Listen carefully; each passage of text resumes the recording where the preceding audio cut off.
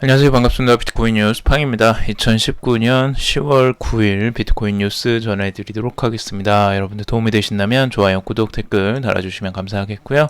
투자에 관련된 정보들 참고사항일 뿐이고 조언이 아니니 투자하실 때는 여러분들 스스로 꼭 판단하시고 결정하시길 바라겠습니다. 자, 금일 비트코인에 대한 전망들 같이 한번 살펴보도록 하겠습니다. 재미난 분석들이 있어서 한번 가져와 봤는데요. 그 분석들 같이 한번 살펴보면서 어떤 전망들이 있는지 보도록 하겠습니다. 자, 우선 빌 트레이슨이 전망을 한 내용입니다. 비트코인이 지금 현재 가격 움직임이 과거에 비트코인이 움직였던 큰 패턴과 굉장히 유사하다라는 주장인데요. 지금 현재 패턴을 좀 2일 차트로 봤어요. 그래서 현재 지금 가격대 5월부터 지금 현재까지의 가격대를 보고 그 다음을 예측을 한 건데 과거에 지금 2017년부터 2018년 말 2019년도까지 그리고 현재까지 지금 진행되는 비트코인의 큰 그림 1주 차트로 이걸 본 거고요. 주간 차트로 이렇게 보면 전체적으로 지금 상승하는 흐름과 하락하는 흐름들이 굉장히 유사한 패턴이 나온다라고 하고 있어요. 우선은 상승할 때 이렇게 3번의 이 조정이 나왔고요. 그리고 상승하고 나서 다운으로 급격하게 하락하는 흐름들이 있었고 그 다음에 이 저항을 받고 다시 또 내려가는 흐름들, 그래서 삼각으로 이렇게 수렴하는 스몰 트라이앵글, 이 밑으로 하는 이제 그거죠. 아래쪽으로 향하는 이제 삼각 트라이앵글이 이제 출현을 했고요. 바닥 지점을 계속 찍으면서 이렇게 급격하게 다시 한번 하락하는 흐름들이 나왔죠. 그 다음에 다시 여기서 가격이 조정이 위쪽으로 상승을 하면서 이 리버스 트라이앵글이라고 해서 이제 반대로 올라가는 형태가 여기서부터 이제 나오기 시작하죠. 그래서 그때부터 급격한 반등이 일어났고 상승을 하게 되는데 여기에 이제 피보나치 레벨을 이제 저항선에 부딪히게 됐고 이제 14,000달러 선 정도 되는 이 부분이 최고점으로 찍게 되고 다시 한번 이 가격대 지금 8,200달러 선까지 왔습니다.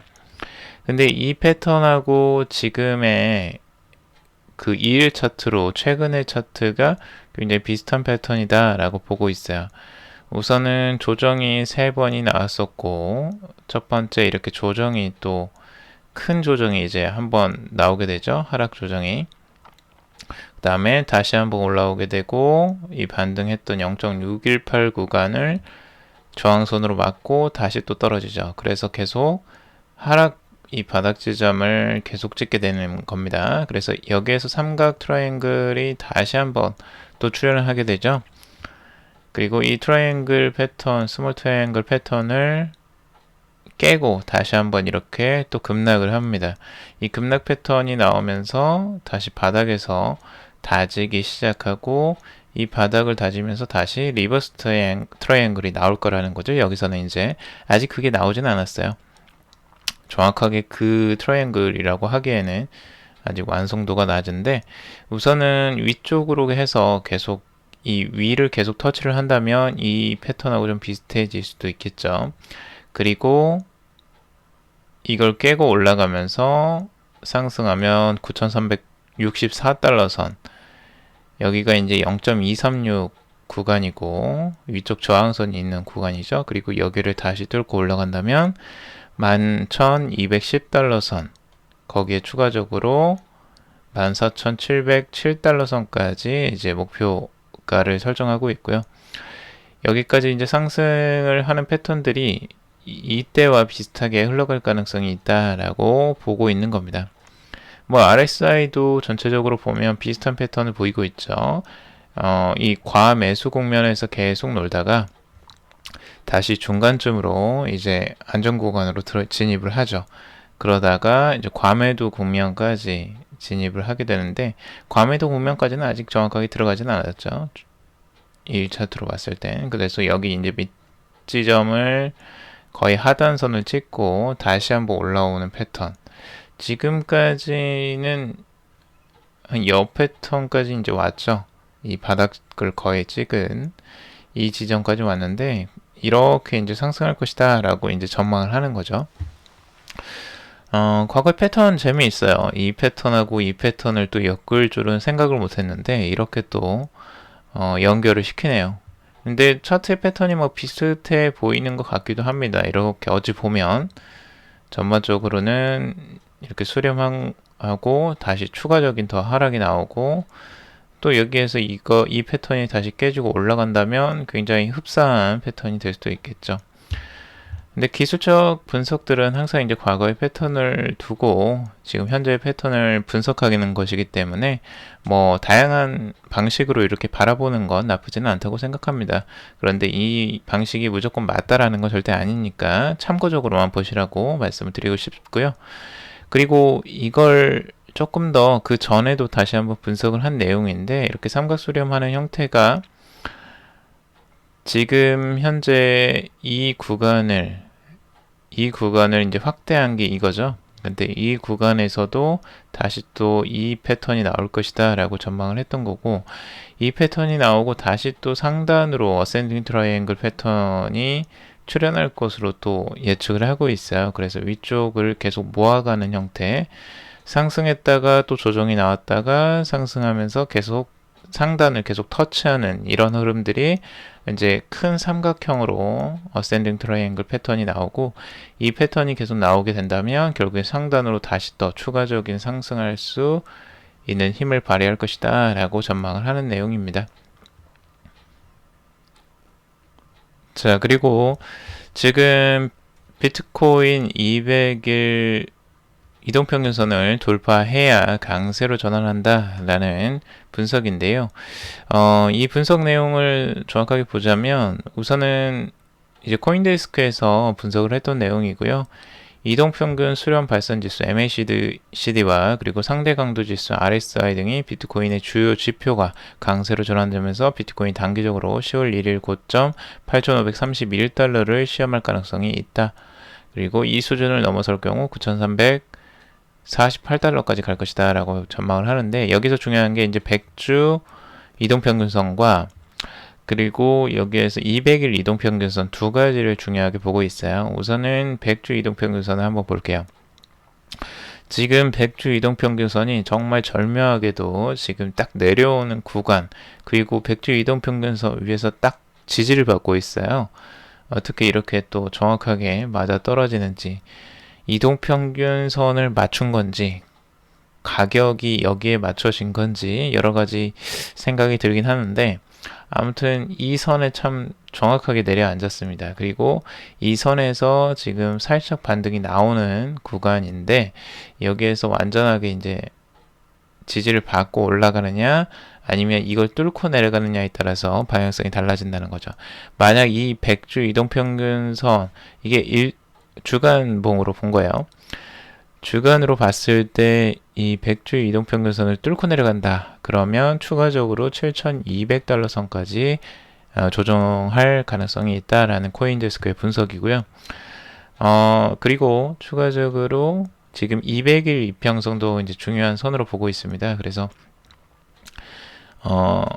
일봉으로 봤을 때 200일 이동평균선이 지금 상단에 있죠. 200일 이동평균선은 지금까지 굉장히 중요한 지표 중에 하나입니다. 보통은 강세장에서는 200일 이평선을 거의 깨지 않았어요. 이걸 계속 지지받고 2016년, 2017년도에는 계속 상승하는 흐름들을 많이 보여줬는데, 최근에 이게 이제 깨지고 내려오는 구간이죠. 보통은 깨지더라도 빨리 올라가는데 이번에는 그 패턴이 완전 바뀌었다고 제가 한번 설명을 드렸었죠. 근데 이 저항선으로 지금 작용하고 있어요. 지금 보시면 아시겠지만 200일 이평선이 위쪽에서 계속 저항을 받고 있죠. 그래서 이걸 뚫지 못하고 하단 쪽에서 계속 지금 머물러 있는 상태입니다. 그래서 중요하게 보는 건 이 200일 이평선을 뚫고 올라가야 된다는 거죠. 그래서 이걸 뚫고 올라가는 게 중요한 시점이 됐고, 그리고 이걸 뚫게 된다면 9,348달러 선, 이 상단에 지금 강력한 저항선으로 작용하고 있는 이 9,348달러 선까지 상승할 가능성이 있다라고 하는 분석입니다. 가격이 지금 여기서 힘을 받고 올라가 줘야지 이제 조금 긍정적이고 좀 안정된 가격대로 들어간다라고 할 수가 있겠죠. 그리고 지금 일봉 차트로 봤을 때 20일 EMA 선하고 지금 이제 200일 이동평균선이 지금 거의 맞닥뜨려지는 구간까지 지금 왔는데요. 뭐 이거는 뭐 참고적으로만 보시면 될 것 같고, 지금까지는 이 상승하는 구간에서 200일 이동평균선 위쪽에서 보통은 놀았습니다. 이렇게 가격대가 계속 위쪽으로만 상승을 했다는 걸 보일 수 있을 거예요. 그래서 20일 그 EMA 선도 위쪽에서 계속 놀았죠. 그래서 이렇게 이제 그냥 꾸준하게 상승을 했었는데, 지금 현재 패턴은 거의 이제 데드 크로스가 나올 수 있는 가능성까지 지금 염두가 되고 있습니다. 왜냐하면 이게 상승이 바로 되면 이런 패턴, 그 데드 크로스가 나오지 않는데 지금 하락세에서 계속 머물러 있기 때문에 데드 크로스가 나올 가능성까지 지금 염두가 되고 있는 상태죠. 자, 그리고 50일 EMA 선도 위쪽에서 지금 머물러 있죠. 그래서 50일 이평선하고 지금 200 이평선이 이제 맞물리는 그 구간도 얼마 남지가 않았습니다. 그래서 데드 크로스가 여기서 나오느냐 아니냐는 결국엔 이 가격을 돌려서 위쪽으로, 이 가격이 200일 이평선 위쪽으로 돌파해서 상승을 하느냐 아니냐에 따라서 이 판가름이 될 것으로 보여집니다. 며칠 안으로 지금 이제 데드 크로스가 나올 가능성들이 지금 염두가 되기 때문에 그 부분들 가격 움직임이 굉장히 중요한 시점입니다. 자, 그리고 유명 크립토 유튜버가 이더리움, 리플 주도 새로운 알트코인 주기가 진행 중이다 라는 분석을 했습니다.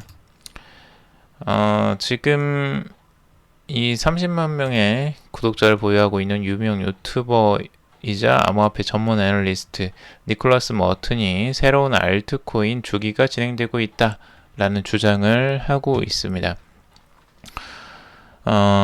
니콜라스 머튼은 이제 강력한 사용 사례와 채택을 앞세운 알트코인들이 비트코인의 시장 점유율을 잠식하기 시작했다. 이더리움과 리플의 주도하에 새로운 알트코인 상승 주기가 시작됐다라고 분석을 하고 있는데, 지금 알트코인들이 그나마 이제 좀 상승을 해주긴 했어요. 반등이 좀 나오긴 했었죠. 어제 제가 그 알트코인 점유율이 계속 지속적으로 상승을 하고 있고, 지금 비트코인은 오히려 점유율이 지금 하락하는 추세로 가고 있다라고 한번 말씀을 드렸을 거예요.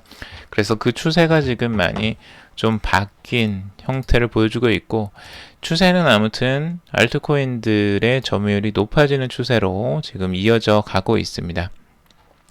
그는 리플은 폭발적으로 발전할 가능성이 있고, 이더리움은 탈중앙화 금융 열풍에 힘을 실어주는 주요 플랫폼으로 명성을 쌓아가고 있다라고 설명을 하고 있습니다. 그래서 내 의견이 틀릴 수 있다라고 하면서 매우 위험하고 악명 높은 변동성을 가진 암호화 자산 세계에서 어떤 일이든 일어날 수 있다라고 말을 했다고 합니다. 뭐 이 부분은 알트코인이 진짜 이제 상승을 하는 부분들이 나와줘야죠.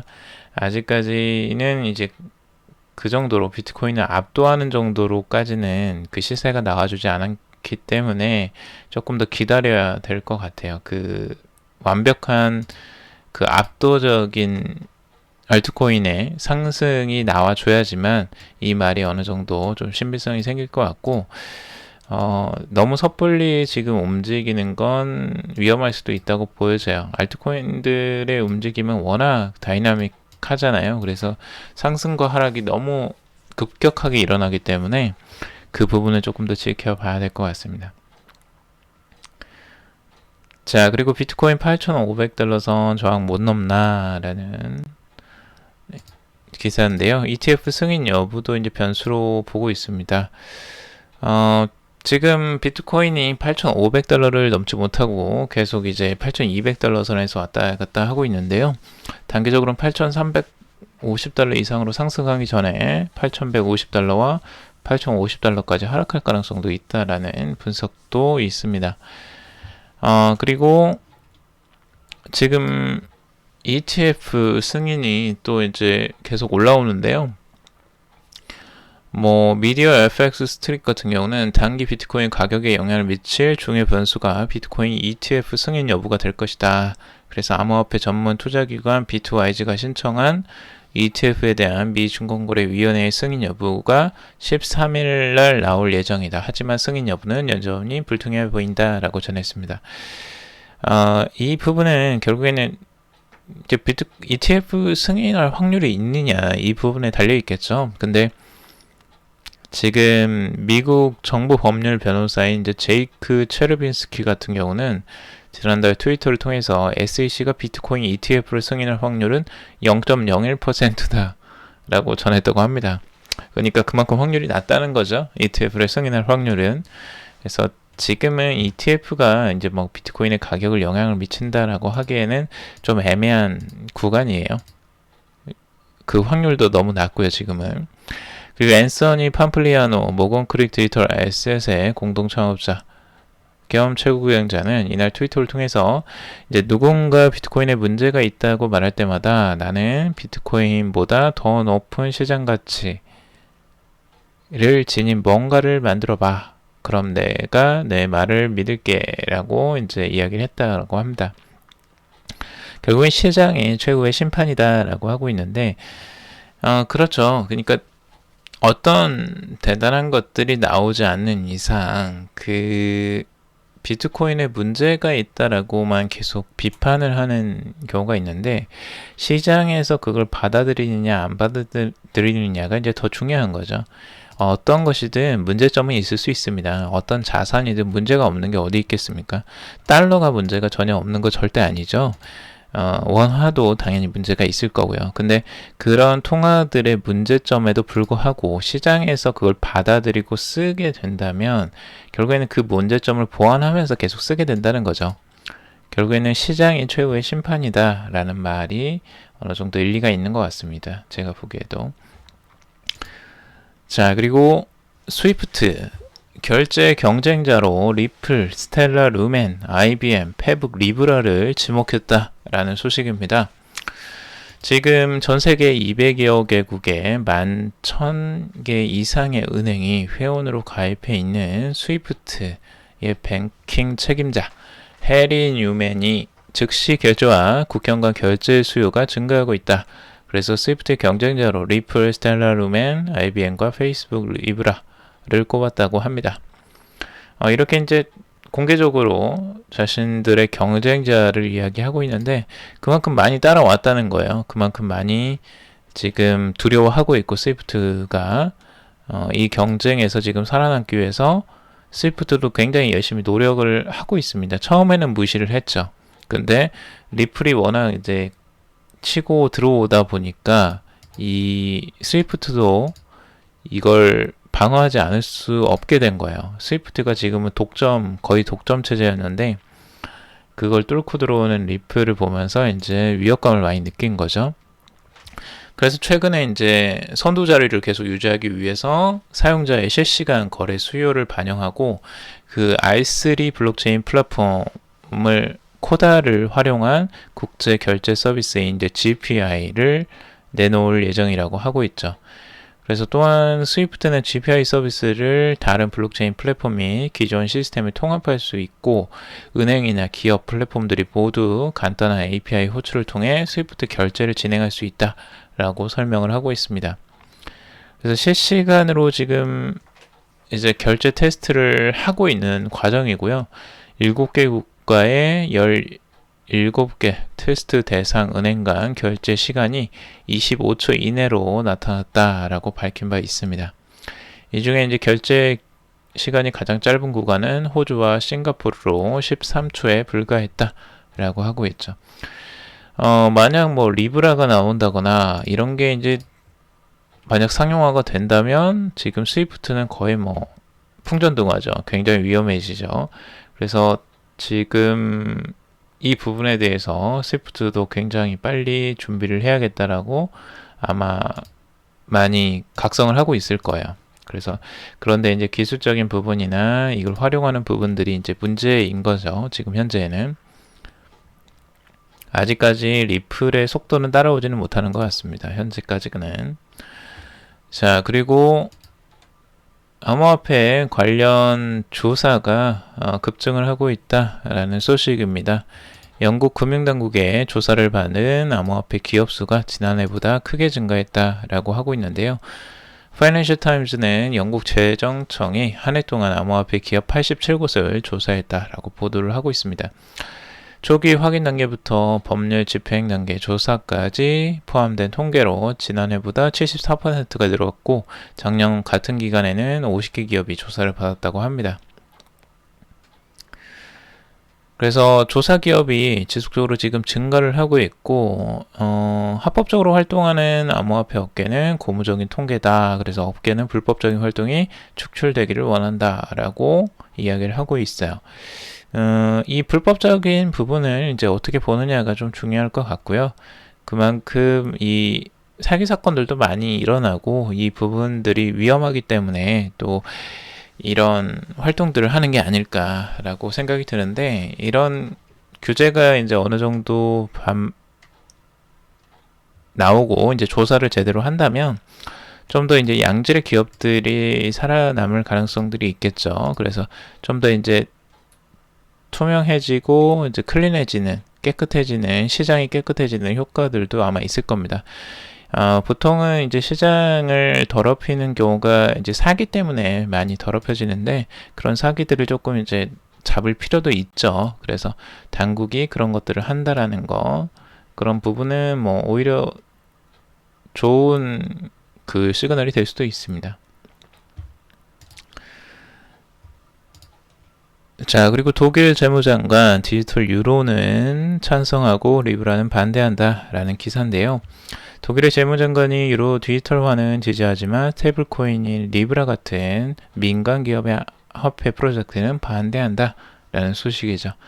그래서 코인데스크 보도에 따르면 이 올라프 슐츠 재무장관, 독일의 재무장관이죠.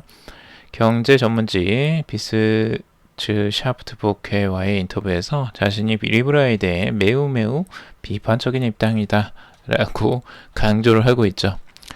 근데 하지만 이제 세계화 과정에서 디지털 유로는 유럽 금융 시스템에 긍정적인 영향을 줄 수 있을 것이다 라고 주장을 하고 있어요.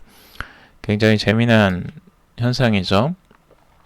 그래서 유럽 금융 중심과 세계 금융 시스템 통합에 도움이 될 것이다 라고 생각을 하고 있습니다. 디지털 유로화가. 그래서 화폐 영역을 중국, 러시아, 미국 또는 기타 민간 업체로 넘겨서는 안 된다 라고 이야기를 하고 있죠.